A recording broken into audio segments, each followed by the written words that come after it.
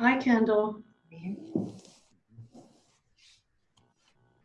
I'm in my bedroom again. Oh, sorry. You have a lovely headboard. Oh, thanks. And curtains. Thanks. I feel like I don't know. I was going to go down to the office, but Darren's working still. Oh. And I hate the basement anyway. So. Colston and Bree are on the call now. Hi, Colston. Can you hear me, Colston? Hi, Bree. Can they hear me? Oh, they're connecting. Connecting to audio now. Okay. Hi, Bree and Colston. Hello. Can you hear us? Yeah, Stacy's here. Hi. How are you guys doing? we're doing all right. Good. Getting the wedding stuff figured out? Yeah. Oh, Postponed in August, so hopefully. oh, you're moving it to August? Hopefully that's we'll see. That's, We already had to Right. reschedule because one of our wedding venues, Noah's event venue, filed for bankruptcy. So then we had to find a new venue 90 days out. Oh, geez. Is that the one in Waukee? West, West Des Moines, yeah. Yeah, right. Yep. That one closed. We had to find a new one 90 days out. Then we found a new one and this happened. We were finally like, oh, after the first, like we're all settled down at the new venue, have everything replanned for a new place. And then like, we're like, oh, this week's going great. And then at the end of this week, it's like outbreak started in our area. We live out in DC right now. And it's, Oh, no. yeah, all over. I like it on the side. you know what? I'll be worth it in the end, right? Yeah. Where did you end up as far as the venue is now? Since we were May 16th, we were just outside of like the CDC guideline. We're at the tea room now, and they're like letting us choose. So the tea room's like, you can postpone if you want, or you can keep your date, but we're not even supposed to leave Virginia until June 10th. We're under. Oh, boy. Wow. So I'm going to add Haley and John Conroy. Okay. They're on their way.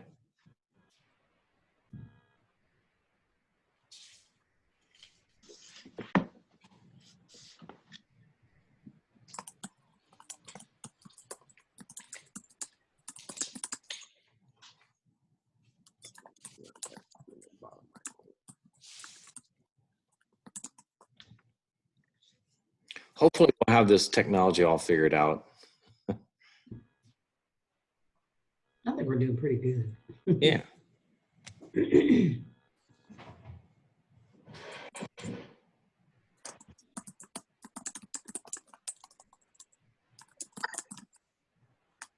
And then Kelsey Mortimer. Is that Haley? Hi, Hi, Haley. I'm Scott. Nice to meet you. nice to meet you. John's in the kitchen. Hi, John. Hi, Haley. It's Hi. Stacy here too. How are you? Good. Which one's this one? The littlest? This is Warren. He's our youngest. He's Oh, likes to sit at the that computer. is mama. Well, look at that cutie little guy over there. No kidding. All kinds of help. Oh. Oh, there I am. Sorry. Okay.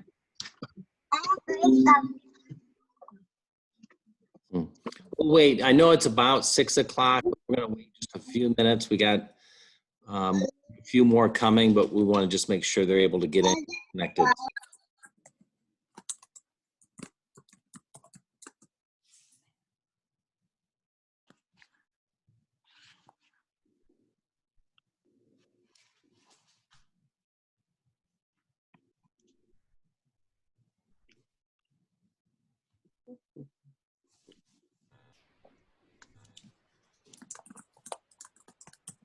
By the way, I have a black background. I'm not in my closet. Oh no, we see shift happens onward. Yeah, there's all kinds of Yeah. inspirational sayings on some of this stuff. Kelsey, can you hear Kelsey Mortimer? Can you hear me? I can. Hi, Kelsey. Nice to meet you. Nice to meet you. Yeah, I don't have video of you, but that's all right. At least we got all Yeah. most important. Oh, there we go. There you are. How are you? I'm good. How are you? Good. Thanks for joining us. Yeah, thanks for having me. Yeah, you bet. We'll wait I was just mentioning the group, I know it's 6 o'clock now. We're going to wait just a couple more minutes to see if we get any other folks to jump in. Kendall, can you hear us? He was indicating his, If we can't hear him. oh, yeah, his audio is not. Oh, Well, he's muted. He muted. Yeah, it. he you is. might need to, yeah, Kendall, you I might. told him to unmute, but let me see if I'll throw a chat out to him.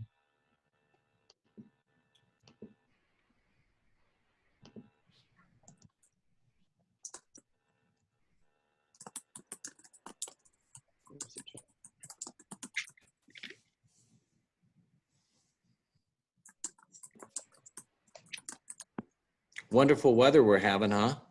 It was so nice on Tuesday. What happened? You want to fly a kite? It's pretty nice, I guess. What's it doing in Iowa? Is it like cold or? Yeah, it's Windy. really chilly today. Yeah. Cold. Cold It and says windy. it's like 48, but it's like the weather says it feels like 40 and it's really windy, so it feels really cold. It was beautiful the other day, 82 degrees, which was nice. Welcome to Iowa spring. For one day. Mhm. Yeah. All right, so now.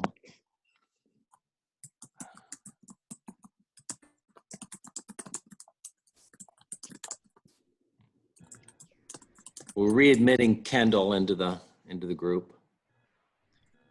One more minute here, we'll get started. Yes.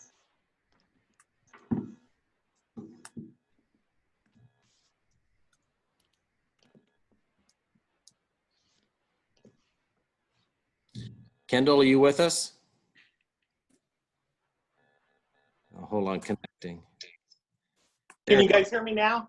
I can. Yes. Yes. Reminds me of that commercial. Can you hear me now? Oh, wow. Okay. Well, let's just go ahead and get started. There's a small group of you, small but mighty, and I, for one, appreciate everyone taking time today to come sit in on this. Normally, we have these sort of seminars in person. In fact, our last one we had at a place called The Hall, which is a little microbrewery place. I don't know if anybody's heard of it before, near Valley Junction. And, we had a nice little breakfast, and I think we might have served up a couple mimosas that Might have. That was a good time. actually is pretty entertaining. So I'm sorry we don't have any mimosas. We could do a virtual mimosa, but that's about as good as I got. So anyway, but thank you again for coming.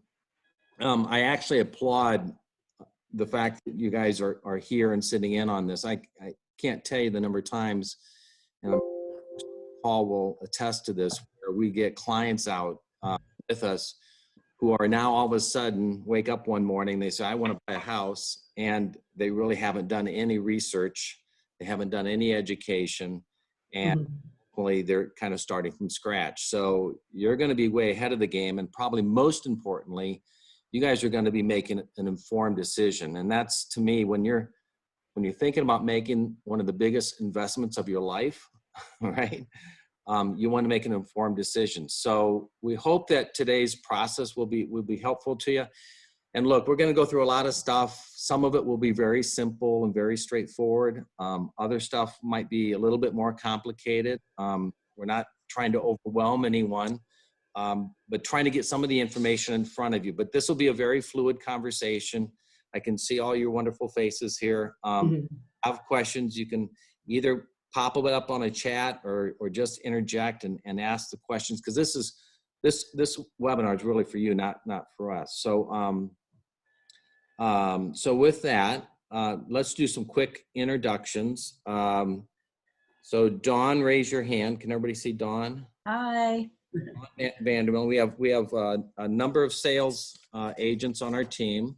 Dawn is one of them. Another one is Angela Erickson. Angela, Hi. there you are. Great, Angela. And then Stacy Burr. There's Stacy. Stacy, Hello.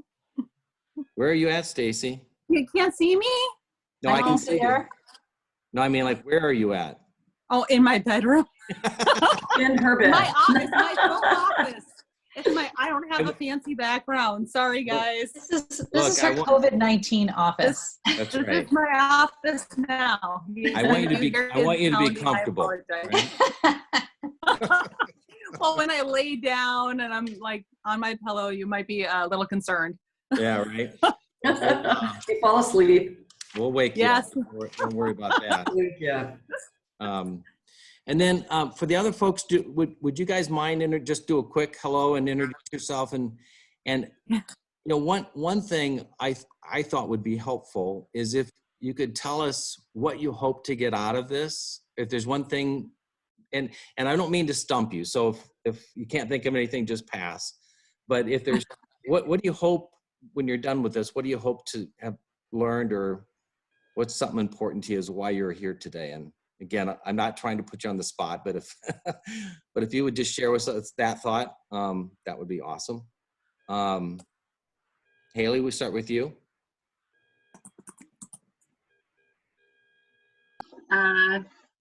I'm Haley. Nice to meet all of you. My fiance John is sitting over here with the baby, so he's out of the video right now.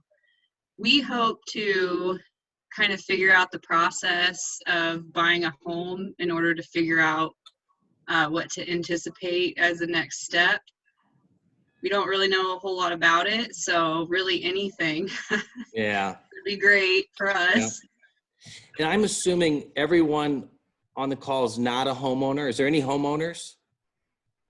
All are renting or other arrangements where they're not actually paying a mortgage. Is that correct? Okay. Mhm. Colston and Bry, you want to go next? Yeah, Golston and Bree. Bree, we're- sorry.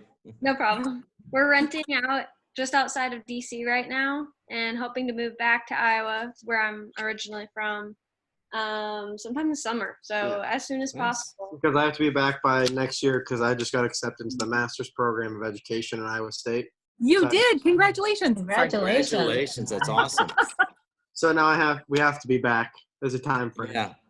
So Well, we're yeah. excited to have you back. Well, thank you. Yeah, and we're really just trying to get more information, and we're really glad kind of that this is online so we can be a part of it because they're Yeah. doing and just get more information about the process in Iowa and how it works and just everything. And how you're doing it now that it's like this virus is going on. So change just for like this specific time too. Yeah. Yep. Good. We'll cover all that and then some. Kelsey? I just moved back from Kansas City almost like it'll be a year in June. So trying to get my feet under me out of my parents' basement, you know, at 26, living in there as I get so it's been good to save money and everything, but I'm ready to do something, you know, buy something on my own. So that's why kind of living with them, save some money. So just kind That's of awesome. some tips and tricks as I'm starting my process of looking. Yeah, good. Mhm. How's the quarantining going?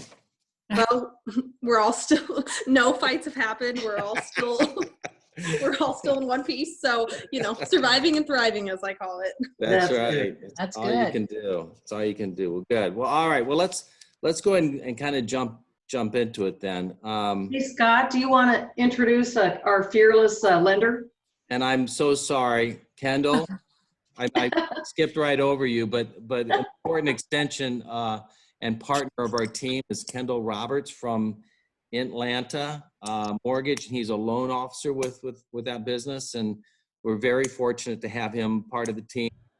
And he's going to take us through some important steps of financing and things like pre-approval and things like that. So welcome, Kendall, and I'm sorry that I missed you. Nope, that's okay. Don't take it personally. It wasn't meant to be personal. Let's That's water, right, Don? Yeah, I promise. Okay. Same with mine. Mine looks like a wine cooler, but it's just water. Control what to move the page, Aaron?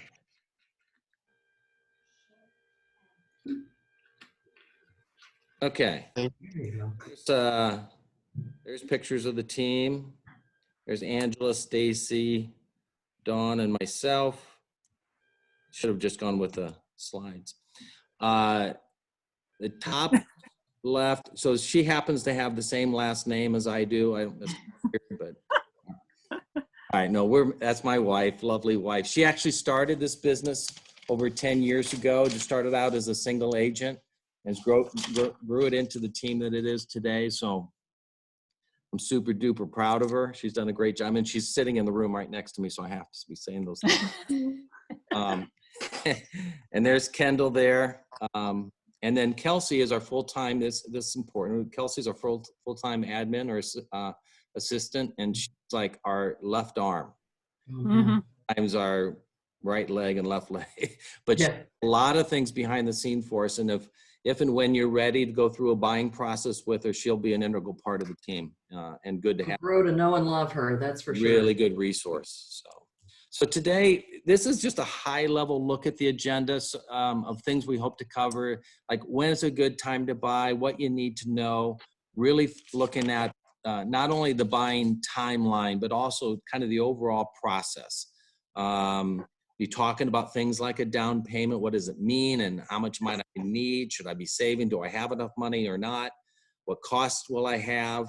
And then all the things, from when you start looking for that dream house, of figuring out what kind of house do I want? How many bedrooms do I want? What kind of yard, and all the different characteristics to go into that perfect house, all the way to making an offer, all the way to when you finally move in. So we hope to cover everything from soup to nuts. You're going to get a lot of different terminology you may or may not be familiar with, like pre-approval. You might hear things like inspection periods and things like that. Those are things we hope to cover for you. Don't think that you have to walk away from this knowing everything, because that's what we're here. You got a very capable and ready team here to help you if and when you're ready to go through the process. So with that, Kendall, you want to take it over onto the next slide? Yeah. So you want to think about when is a good time to buy, and why would you want to buy versus being a renter? And in one sense, you're making a mortgage payment today as a renter. You're just making it for somebody else. So when you think about as you're going through this process, you've already made that first decision in that, hey, I don't want to be a renter. I want to be a loaner, or an owner versus a loaner. So that's probably the first step. And the couple good reasons why you'd want to buy a house. One, you're building up equity as you make your payment. Part of your payment is principal, part of it's interest. The beginning stages of it, it's mostly interest, but as you go through the process or go through making your payments over the the next umpteen years, whatever that is, you're going to be building equity. So it's a savings account, plus your house value is probably going to appreciate over the next 20, 30 years, or as you upgrade and buy bigger houses. So for a lot of people, there's also tax savings, whether it's federal or state. For the most part, with the tax laws changes over 2018, you're still getting a tax deduction on your state income tax return. And we'll cover more of that when we get into more detail as we meet with you to talk about that. But obviously not something you want to be concerned with today, but it's something that as you think about the process, you'll want to have in the back of your mind. And then the next question is, are you currently under a lease? If you're in an apartment, a lot of times you've signed a 6-month, 12-month lease, and you want to be thinking about, well, when does that lease expire? So for instance, if your lease was to expire July 1st, if you start working back, how long does it take a loan to close? And that's usually 30 to 45, 50 days. If you work your way back, if you have a July 1st lease ending, you want to be looking today, because your first payment, if you close the loan, say it miraculously closed within 30 to 45 days, you're talking May 15th, your first payment wouldn't be until July 1st. And we can help you understand all of those dates and timeframes as well. So having that buyer consultation with your real estate agent, they're aware of how that process works, and they can help you knowing when your lease expires and when your first payment would be, so that you don't have an overlap of making a rent payment plus making a house payment at the same time. Or Yeah, they'll so- also discuss situations with you on potentially having the seller of the house that you want to buy pay your lease buyout. So there's different options that are available.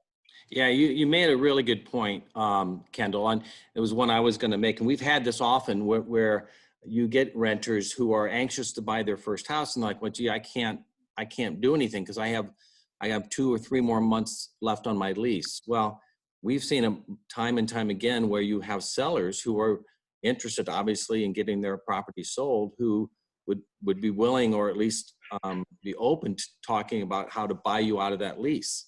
So we can get creative, and don't let a lease get in the way of a purchase. There's ways around that. And the other nice thing I would just add about buying versus renting, it's yours. I mean, you want to change out a light fixture? Guess what? You don't have to ask your landlord to do it. You do it. You want to tear down the wall, knock yourself out, you know? But it's your space, and you get to do what you want with it, because now you own it. And, you know, I may sound a little bit like I'm preaching here, but I'm telling you, it's a great investment. In the long term, owning versus renting or leasing is by far a much better investment long term for all of you. So with that. Yeah. And the only thing I'll add to that regarding the lease buyout, we had an example where a person found the house, and but unfortunately that house that they fell in love with was in November, but they by the time you added the lease buyout, they really couldn't even close until February. And the seller was willing to give them those 2-3 months to do that. And between Angela and I, it ended up being a great deal for the buyer. So they were really happy. It worked out really well. Thanks for bringing that up, Scott, and explaining that further, Kendall. It was a great deal. All right, is this your humor here, Kendall, or what we got going on here? Well, it's somebody's humor. I know my kids would love it, but you know, you got to sharpen your colored pencils and enjoy it. So, but you know, it's just kind of trying to add humor into our into the presentation. It's also about setting realistic expectations, right? Yeah. Correct.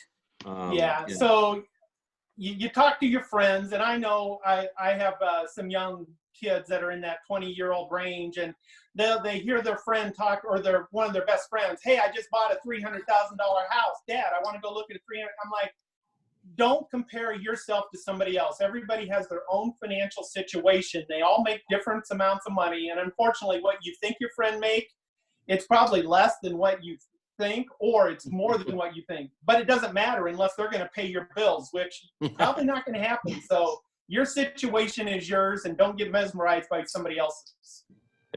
Well said. So on this slide, what we tried to do is show you from a renter perspective, if you're currently renting, and the columns across the top, the first one is an apartment. The first line is an apartment. The square footage is 914 square feet. The rent payment on that particular apartment, 2-bedroom, 1.5 bath, was $900. If you were to buy a house, and I found a house that was actually 1,600 square feet, but it was a 2-bedroom, 1.5 bath, if you were to buy it, your payment, including principal, interest, and taxes, would be $988. And that's a purchase price of $160,000, putting 10% down at a 5% interest rate. And it shows the taxes, which is included in that rent payment of $988, of $2,580. So it kind of shows that what $900 in rent payment is doing compared to if you were to find a house and buy at about the same amount, obviously $88 more.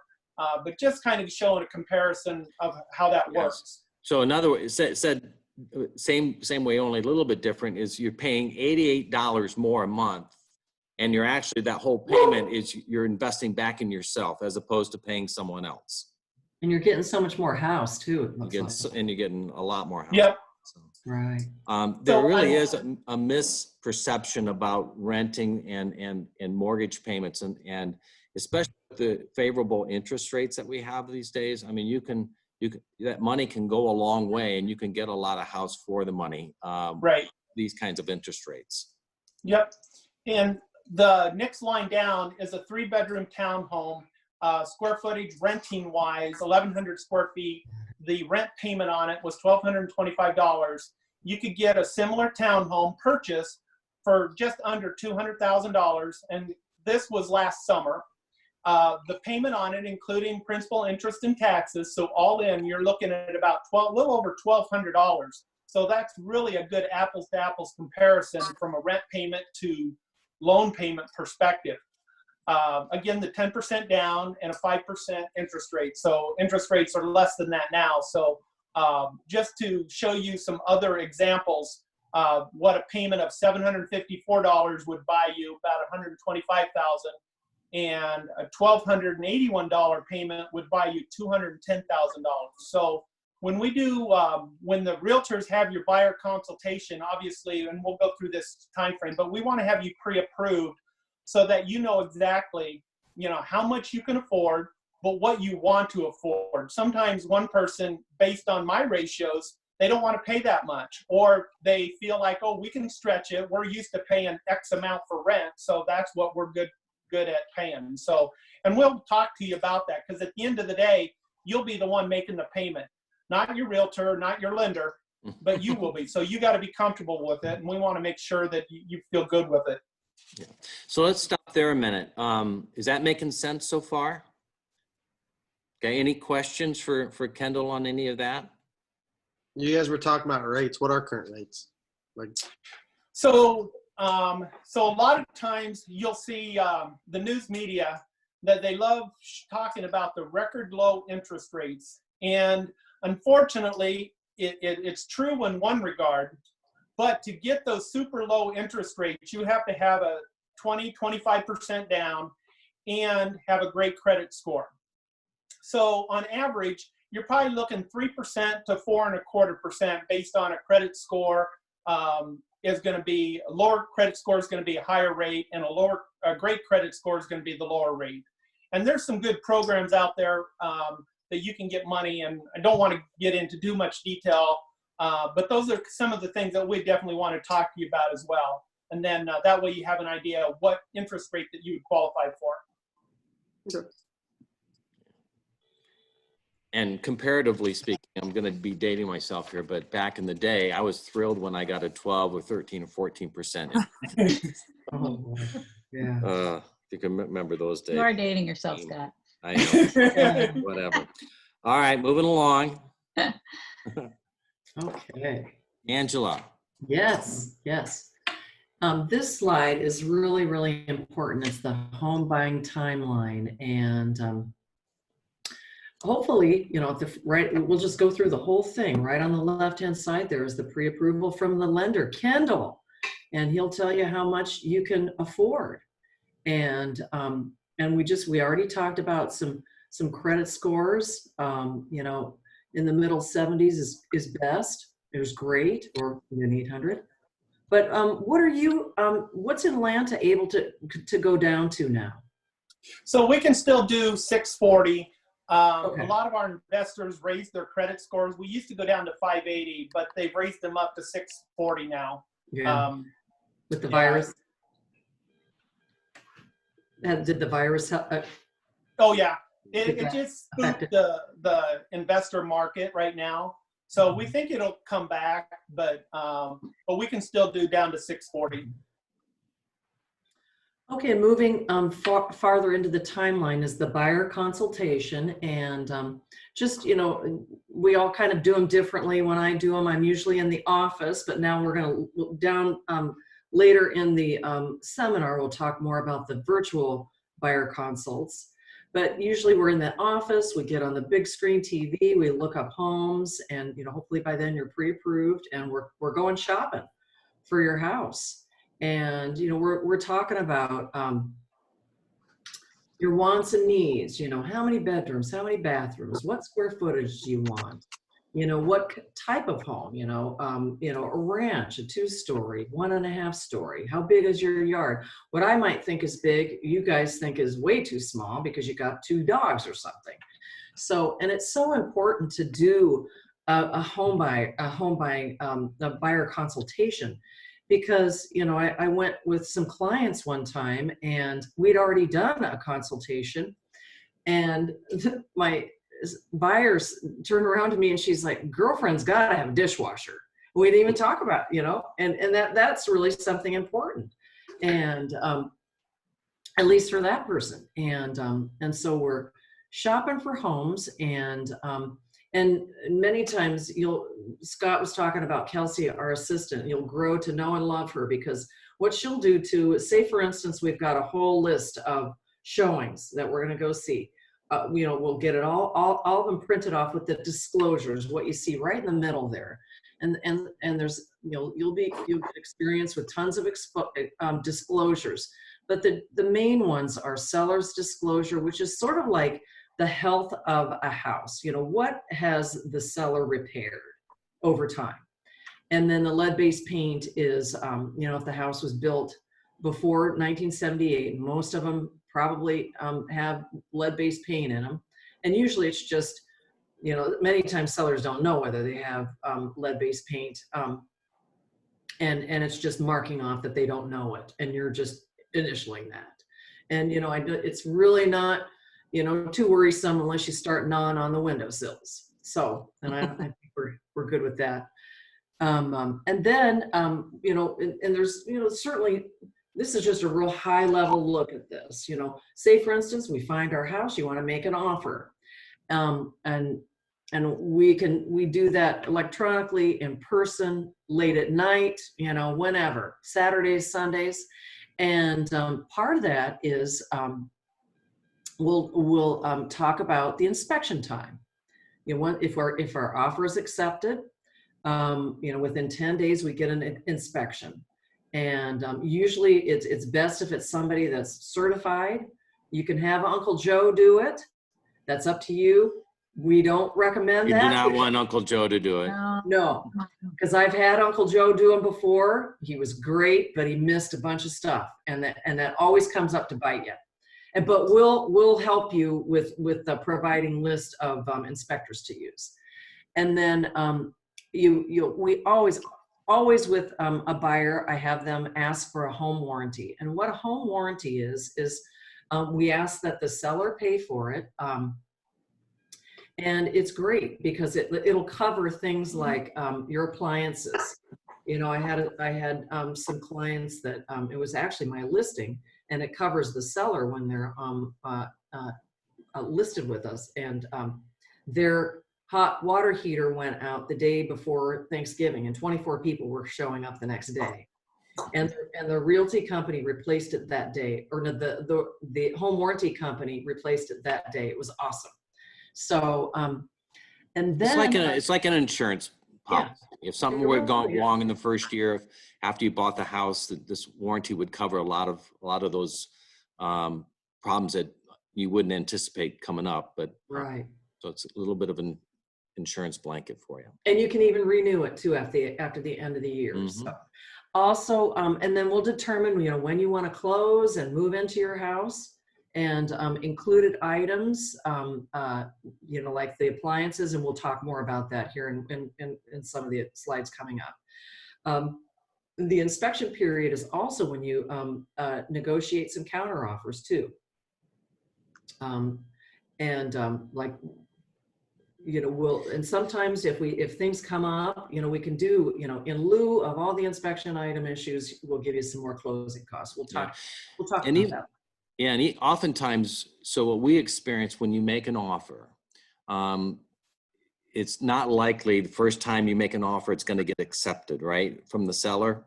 They're gonna make a counter offer. They're going to negotiate that offer, and what we typically see is 2 to 3 times that the offer will go back and forth till you finally agree on a purchase price, right? And all the other elements that Angela's alluding to go into that purchase agreement, including if there are things in the house that you want to include in the purchase agreement, when do you want to move in, what the close date is or possession date. And we'll talk more about inspection period here in a minute, but all the terms and conditions get put into contract. And I think the one thing I would add, Angela, it's important that you really understand what you're doing in this contract, because this isn't like buying a sweater from Walmart or wherever, and all of a sudden you don't like it and you want to return it. This is a binding contract. So, again, you want to make sure it's thoughtful and you're really thinking through all the different terms and conditions of what you're agreeing to. So, which is why here and why we would help you. Sure. We'll help you with all of that. Go And ahead. I'd like to just add with Angela there is that, as being your realtor, it's our job to, when you found that house that you want to put an offer in, we do a great job as to looking at the comps in the area and providing you with examples of what a house should go for and how much the other houses have.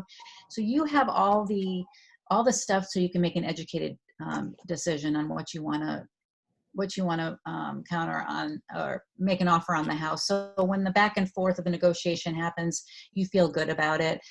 The whole saying of a lot of times people will say, buyers say, well, I don't want to insult them because, if I want to come in this low. And, one of the reasons why you have us is to, we're your advocate, and you don't have to worry about, we work for you. We'll go in and do what we'll tell you if we think that doesn't seem reasonable. But if that's what you want to do and you're willing to, and you're willing to walk away because the sellers don't necessarily like it, we'll go through that with you at all of it and say, this is what's going to happen. So it's just, you're not blindly sitting there with no information.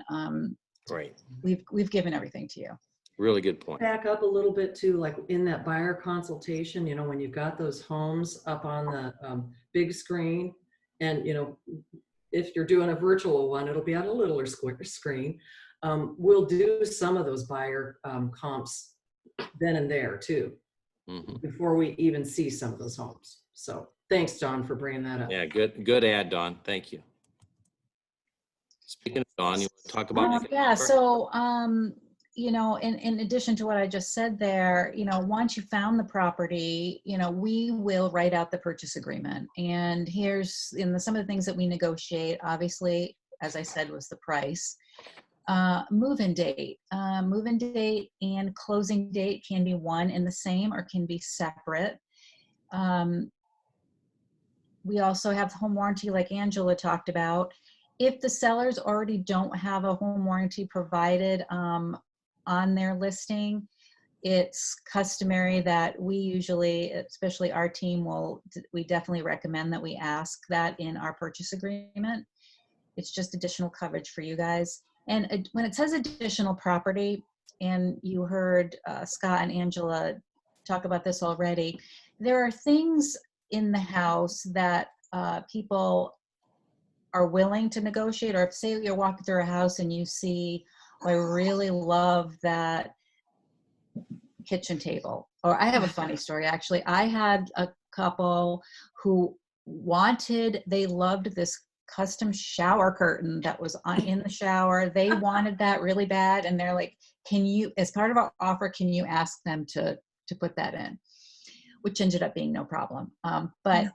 But there could be a table, there could be something, things that you would like, we can add that. There's typically there are things that are not, if we're selling a house or there's a house for sale, there's something called excluded items where they'll say the bar refrigerator or the refrigerator in the garage or the TVs mounted on the wall, that those are excluded items. If you decide that I really like that particular TV, say it's in the theater room and you want to negotiate that in your offer, we will add that as well.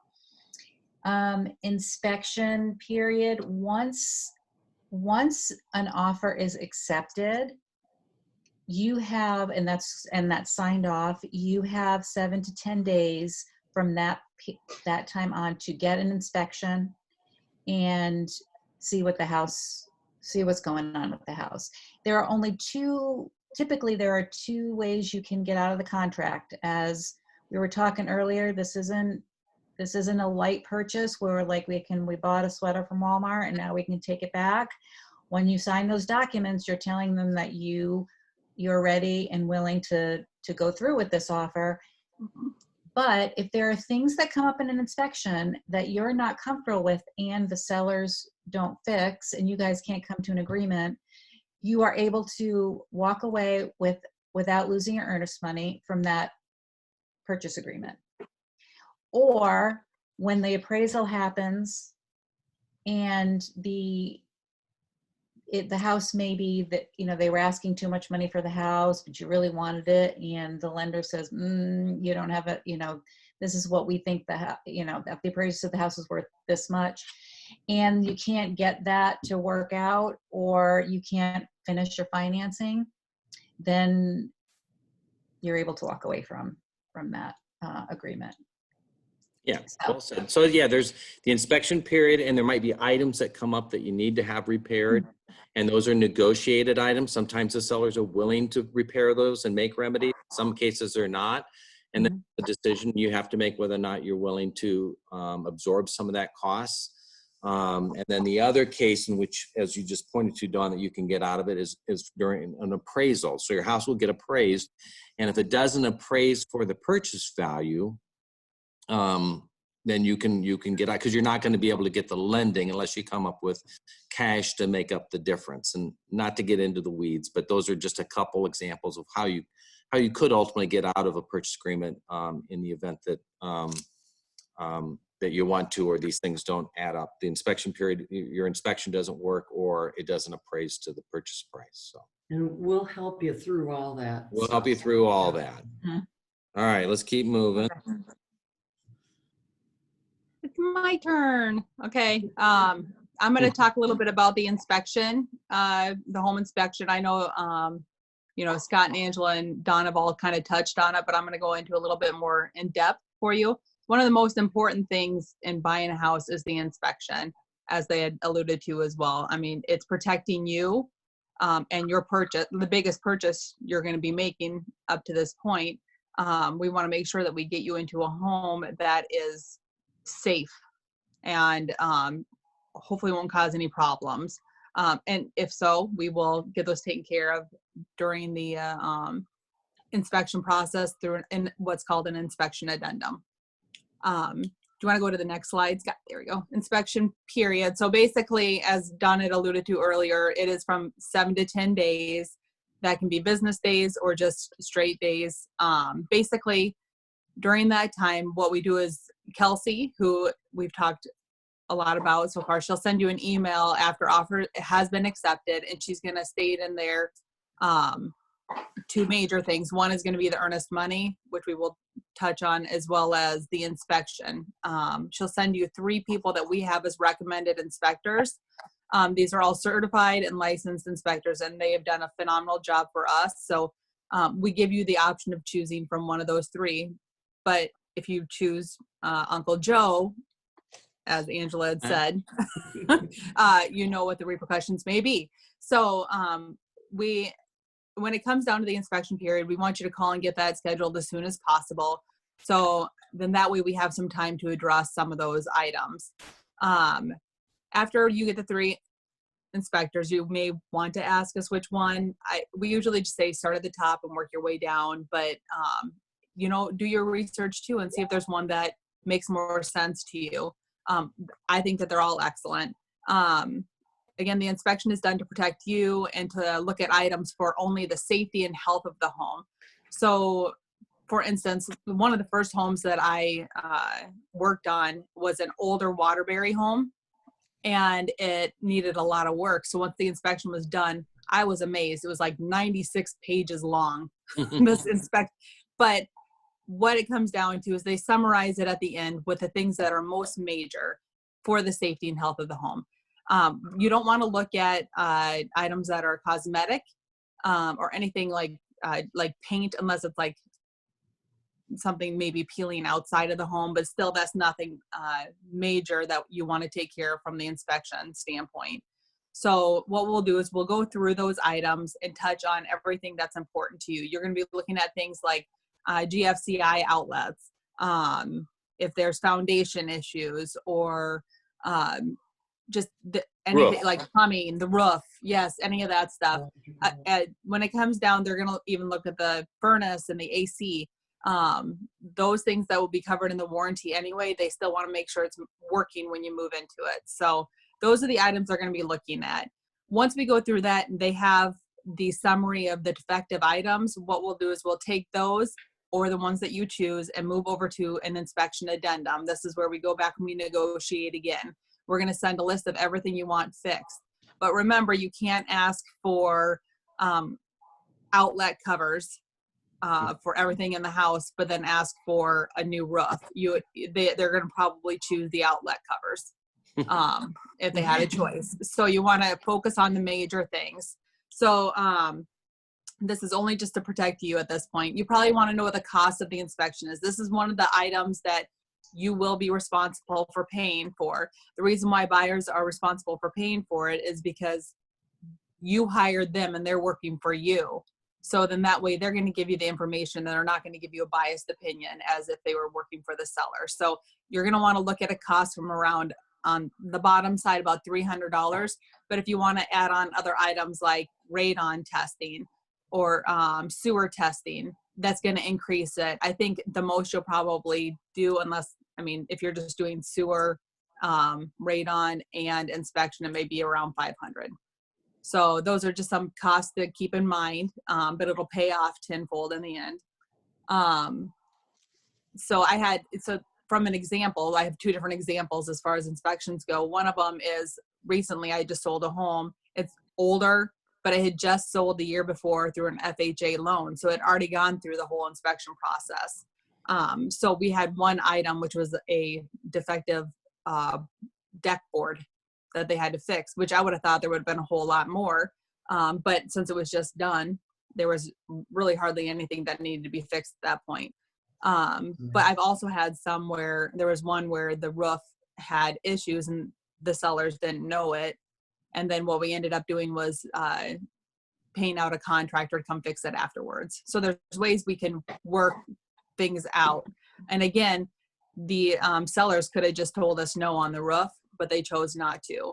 You just got to be prepared that if they say no, whether or not you want to handle something like a roof down the road, or if you just want to move on and find another home. Those are just some of those options to protect you. Again, the inspector is going to go through it with a fine-tooth comb. They're going to tell you more than you want to know about the house in the end. And then one of the other ways that we protect you with the inspection is in the end, like before we close on it, we do a final walkthrough. So we'll go through like either the day before, a couple of days ahead of time, so you can look through and make sure that all the inspection items were covered. Just this last week, we went through one, got into the house, and nothing had been done yet. And we had to write up a final walkthrough form to make sure that they had it all fixed by the time they moved in. But then again, I had one today and it was perfect, and they threw in a bunch of furniture for my buyer, which he wanted. So you can go many different ways. I think that pretty much covers it for me. Yeah. Did anybody else have anything to add? No, that's really good. I think the point really here is there's really some nice safeguards in place in terms of the quality of the house, as you alluded to, the health of the house, and that's called the inspection. And you can actually get a report because you're going to pay for it, and it's going to be a lengthy 40, 50 page report that tells you all about what the inspector found in the report. And then the other safeguard is the appraisal. So the price of the home, so make sure you're not overpaying for it. So you'll get an appraisal. So, it's very purposeful. We put a lot of sort of safeguards in place so people don't end up buying something that, isn't of high quality and that they overpaid for. So hopefully that gives you a little peace of mind. Let's see, is this Dawn? Yeah, we talked a little bit about You heard, I think it was Stacy Angela said about earnest money. When you make an offer on a house, you decide how much money you want to put down, and it's called earnest money. And it's a check that you write after the purchase agreement has been signed, and they keep it in escrow for you. And that's just kind of say, I'm serious about what I want to do with this purchase. I'm serious that I really want this house, and we want to go forward and with all the next steps to purchase this house. You, again, as we talked about, if inspection goes off the rails or appraisal goes off the rails, and you need to walk away from the purchase agreement, you will get your earnest money back. You will not get your earnest money back if you decide to walk away from the contract not under those conditions. You changed your mind. You changed your mind. And that's just for the sellers to keep. Now the earnest money obviously goes towards, they keep the check. They do cash the check, and I want to make sure everybody understands that. There's been a lot of times that there's been a surprise from the buyers when they write over the check and they go, well, wait, why did they cash that check? And even though, we haven't kind of gone through all this process yet, they cash it. If you have to walk away for some reason, you'll get that money back. But it also, it gets deducted obviously on closing day, 1, 2, 3 are closing costs. So that's what your earnest money is. And we go into the home inspection, which I think Stacy. I think we covered a lot of this already. Yeah. Kendall, is there anything you would add in here that we haven't talked about? Yeah.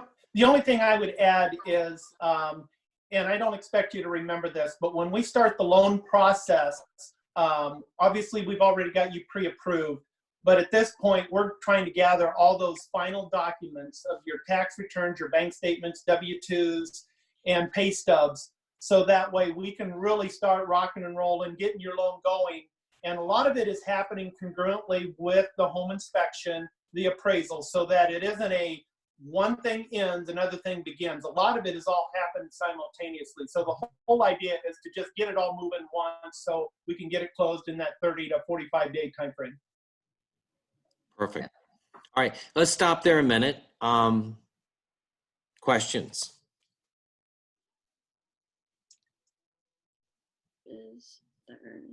Yeah, what percentage is like the earnest money? How does that work? Like, how much is it usually? What percentage of your down payment? Well, it can be anything, typically first-time home buyers, usually about $500 to $500 to $1,000 is what we've seen. Rule of thumb is generally depending on the price of the house, because it does vary, but a general rule of thumb is about 1% of the purchase price. And again, if it on the high-end homes and the less expensive homes, that varies a little bit, but that'll give you a little bit of guidance. Mm-hmm. Good question, though. Any other questions? I guess I had one more. For like the pre-approval process from the loan. So after you get pre-approved, you get pre-approved for like an X amount of dollars, correct? Mm-hmm. And then after you find a house, and if they appraise it and you're paying too much, then the lender won't pay that? Is that kind of what you guys were saying earlier? That was something. Yeah. So what happens in that case? Say you found that house, it's $230,000 is the purchase price, and you're putting $10,000 down. The appraisal happened, and it comes back at $220,000, so $10,000 less. Excuse me. So the loan amount, and say you were putting 5% down, whatever that number is, the percent down comes off of the purchase price or the appraised value, whichever is less. So like Scott said earlier, now you got to come up with not only that 5%, but additional $10,000 from what that drop was from the appraised value, from the purchase price down to the appraised value. So that is, like Scott said, your safety net in case you're paying too much. Mm-hmm. Now, conversely, if you offered $230,000 and it was accepted, it comes in at $240,000, you just have $10,000 in equity automatically, and there's no renegotiation. So it's only a safety net for you, not the seller. But I also want to add on that, if the appraisal comes back at, 220 and you were paying 230 for it, or, and and it says, oh my gosh, now I need to come up with an extra $10,000. You can also go back to your agent. Seller. You can also talk with your agent, go back to the original purchase agreement and to the sellers and say, hey, the house didn't appraise and we can't come up with the extra money and we don't want to, are you willing to take what the house is appraised for, whatever you Yeah, decide?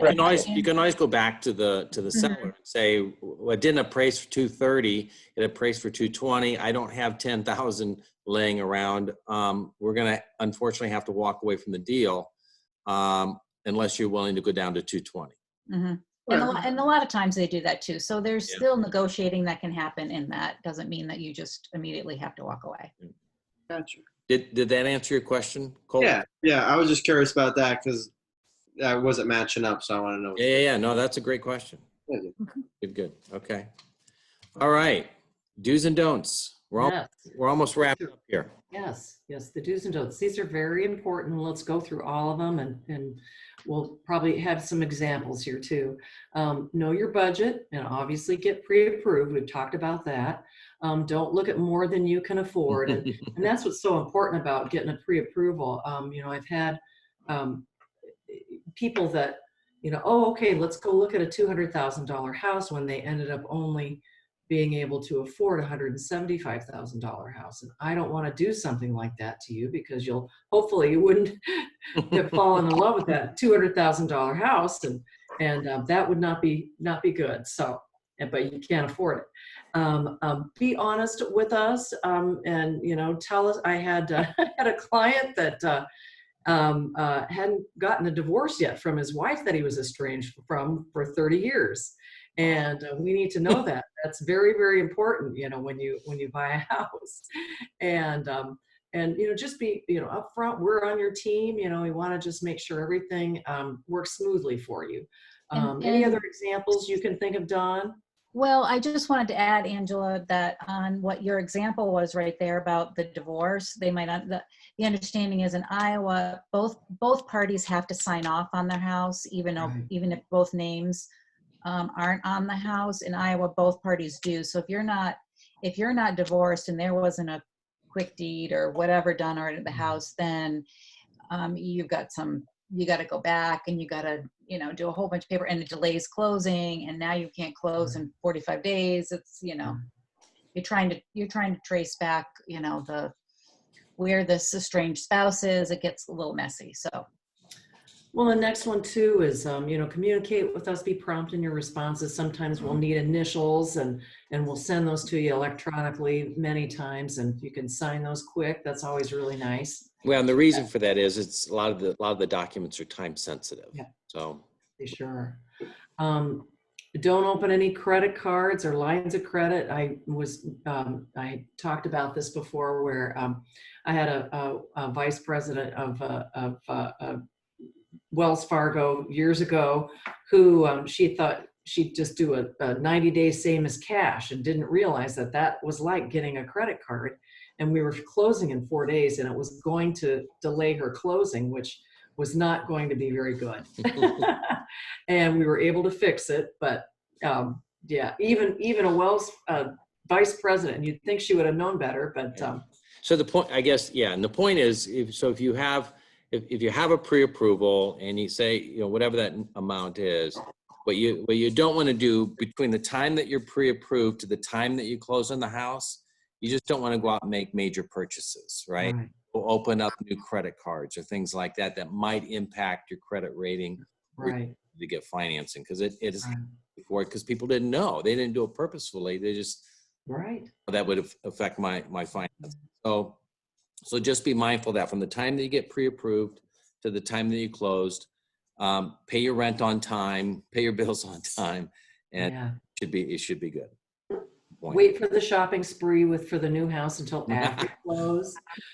If you're wanting to get a new job, wait until after close and or talk with your lender. Save money, start saving it now for that down payment. And then throughout the whole transaction, we'll we'll be helping you, and ask questions. Email, text us, call us. We really want to help out, because there's no such thing as a dumb question when it comes to this. On the final steps, and we'll walk you through every single one of these when it gets, close to closing, and through this whole process, you'll know exactly what you should be doing, but you'll arrange for utilities to be transferred. And we have this great sheet that we give you that, has telephone numbers and shows you, exactly who to call for everything.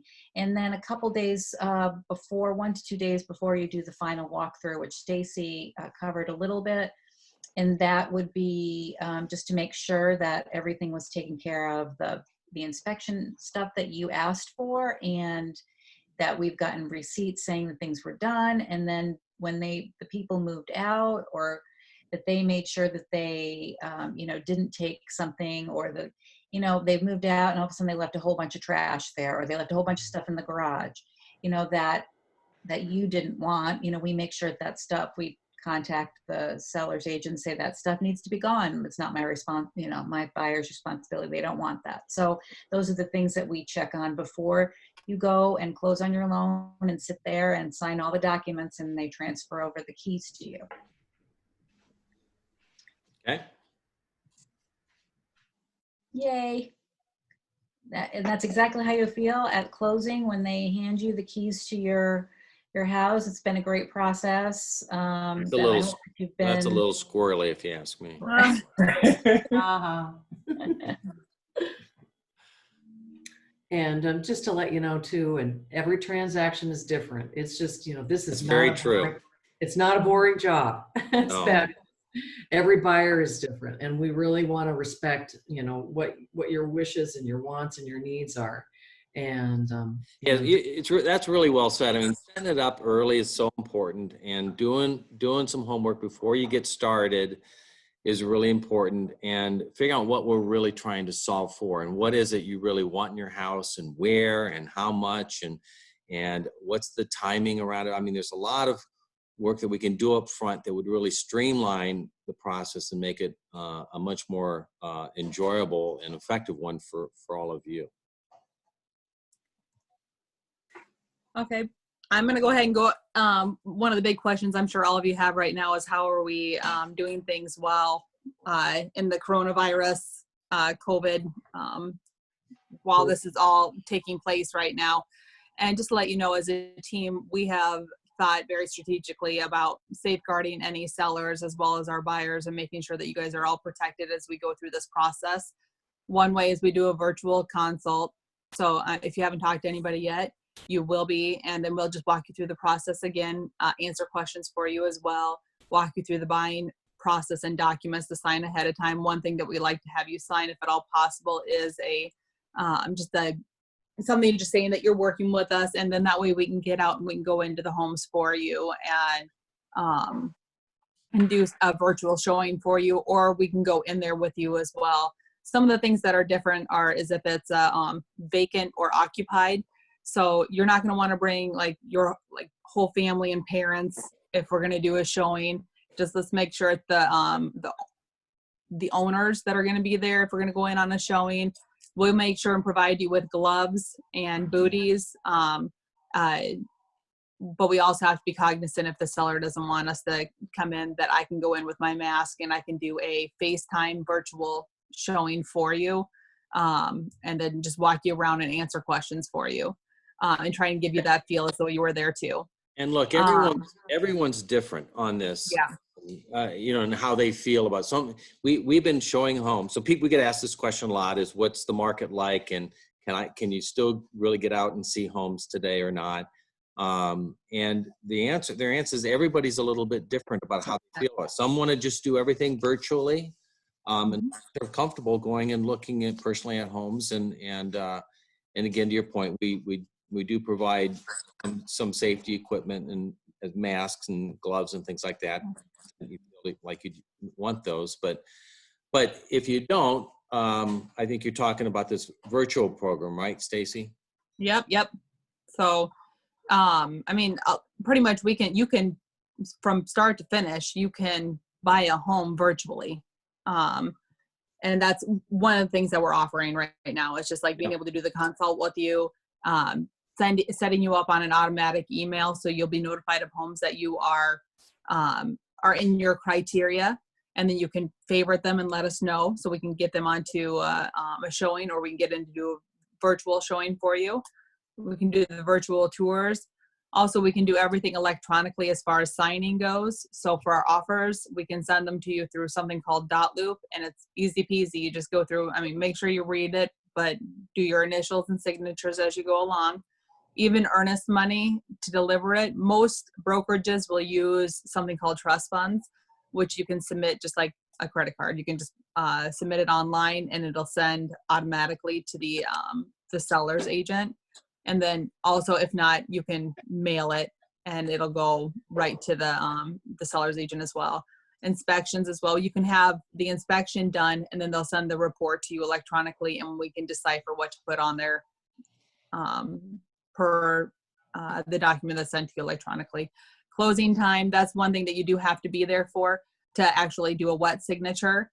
So when closing does come, they've got it down to a very smooth process right now. It's 10 minutes. You go in one person at a time. You get to keep the pin. You have to wash your hands, put hand sanitizer on, go on in, sign your life away. I'm just kidding. Sign, and then you walk out, and you have your keys, and you are welcome to go home at that point. But it's not for everyone, and we understand that. So we will work with you on whichever way it is that if you prefer to go in, we will make sure and take the steps possible to get into the home, if at all possible. A lot of people are asking us today, I mean, what's it like? What's the market like? And a lot of time people sort of expect you to answer that you're coming to a screeching halt, because people aren't buying or selling homes. But to be honest, that's not the case. I mean, I sort of characterize it as life goes on, and still living their lives to a large degree, and moving, like in Colson and Bree, in your example. I mean, you're going to be making a move, and you're going to need a new home, and we're expecting that a lot today. And so there's still a lot of activity. At least and we were deemed essential. Real estate agents are essential. Yeah. I keep reminding my wife of that she doesn't buy it though. I'm essential. All right, well, let's wrap this up. Angela? Yes, yeah, you can schedule a virtual appointment, and we'll get you on an auto search for your perfect home, and we can download our apps, and we've got our apps right, just kind of an example of what they look like. And all Keller Williams agents have their own individual app, and we can send those to you, and it's so nice. You can see pictures, pricing, a description, everything that we see on the MLS, which stands for the Multiple Listing Service. It's all the homes that are for sale in the state of Iowa, and it's really nice. And you can even pull up to a sign and pull this app up, and you'll get everything that we see. Yeah, it's a really slick tool. It is. It's really neat. A lot of good feedback on this. Follow us on Facebook. I think we got there. How we do? Little over an hour. All right, questions. Did we help or confuse you more? Very helpful. Okay. Thank you, Kelsey. Any questions, Haley, John, Colson, Bree, anything else? I think we're good. All right. Thanks. Everybody good? We got one. We have one about jobs. So obviously moving from DC to Iowa, I will hopefully be switching jobs in that process, but it said on the lender sheet, like, try to avoid that. So how do you moving while also moving houses? Yeah, so if you stay in the field, as long as you have a job, obviously you have to have income to be able to pay the loan back. So as long as you have a job, it's not the end of the world by changing jobs. It's just a matter of changing a job once you've been pre-approved, it just creates more work to be done. Not that that can't happen. So yeah, if you once you get a job and get that offer, get an offer letter, as long as you've started prior to the loan closing, it's easy to work with. And Kendall, does that, when there are kind of different things like a job change, you just need like letters of explanation, is that right? That's correct. Yeah, and as long as you're not leaving a salary job, going into a commission job, that's where we run into problems and typically can't get people approved. If you're in a commission job, you have to have at least 2 years history. Okay. So I would then get pre-approved right now while I have this job, and then when I find my new one, I would put my letter of intent from that new job into my letter. Yep. Yeah, we'd get everything worked up, and knowing that you're probably that you will be changing jobs. Obviously, you're not going to commute from DC. Yeah. But yeah, we could work with you on that. Okay. All right, so to wrap it up, I've got a little bit of good news. I'm going to give away a $50 gift certificate to one of the 3 participants on this call. I got my bowl here. I don't know if you can see it, but I've got your names here. One lucky winner. You want to do it? Erin's doing it. She's pulling a name out. Aaron, pull the right name. Colston and Bree. Oh, Yay. Congratulations. All right. Congrats. Oh, you're all winners in my book. It's okay. I didn't want to have to buy Scott dinner anyway, so it's fine. All right, so that's a $50 Visa gift card. Congratulations. So Kelsey, Colson, Bree, Haley, John, thank you very, very much for joining us. Hopefully this was helpful to you today in some way, shape, or form. We're here for you if and when you need us, and we'll be reaching out hopefully to get together with you at a time that makes sense for you, and hopefully be able to partner and help you out in this journey. So thank you again. Perfect. Thank you. Okay. I'll talk to you Thank you. guys. Have a good night. Stay well and stay safe. Yep. All right. Bye-bye. Yep. bye, guys. See ya. Bye. Bye.